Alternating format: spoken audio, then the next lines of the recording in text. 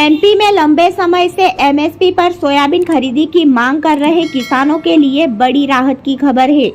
केंद्र कृषि मंत्री शिवराज सिंह चौहान ने मध्य प्रदेश के किसानों को सोयाबीन की एमएसपी पर खरीदी की अनुमति दे दी है।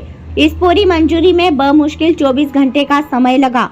असल में एक दिन पहले ही कृषि मंत्री शिवराज सिंह चौहान ने कहा कि मध्य प्रदेश राज्य सरकार के संपर्क में है और सरकार का प्रस्ताव मिलते ही सोयाबीन खरीदी की अनुमति दे दी जाएगी।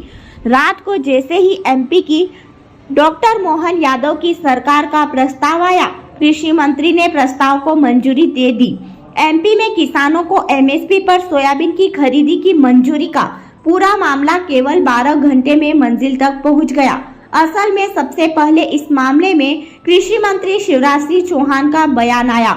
उन्होंने कहा कि मध्य प्रदेश सरकार की ओर से ही मांग आएगी, केंद्र में सरकार सोयाबीन की खरीदी करवाएगी। उन्होंने कहा कि हम इस बात के लिए प्रतिबद्ध हैं कि किसानों का सोयाबीन एमएसपी पर खरीदे। जिस समय शिवराज ने बयान दिया उसके कुछ घंटे बाद हुई कैबिनेट की बैठक में सोयाबीन के 4,892 रुपए कीमत का प्रस्ताव केंद्र को मंजूरी के लिए भेजा गया। रात में प्रस्ताव गया और सुबह केंद्रीय कृषि मंत्री शिवराज सिंह चौहान ने सोयाबीन की एमएसपी पर खरीदी की मंजूरी दे दी। केंद्रीय कृषि मंत्री शिवराज सिंह चौहान ने कहा कि कृषि और किसान कल्याण प्रधानमंत्री नरेंद्र मोदी की सर्वोच्च प्राथमिकता है। किसानों की सेवा हमारे लिए भगवान की पूजा है। पिछले दिनों मध्य प्रदेश के किसान चिंतित थे। सोयाबीन एमएसपी के नीचे बिक रहा था।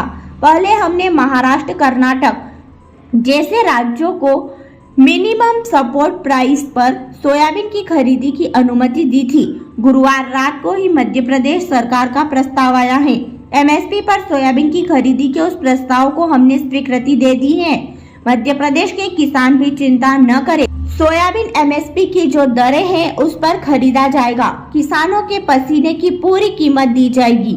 मध्य प्रदेश में भी यह खरीदी होगी। सोयाबीन को एमएसपी पर खरीदी को लेकर एमपी में किसान लगातार आंदोलित हो रहे हैं।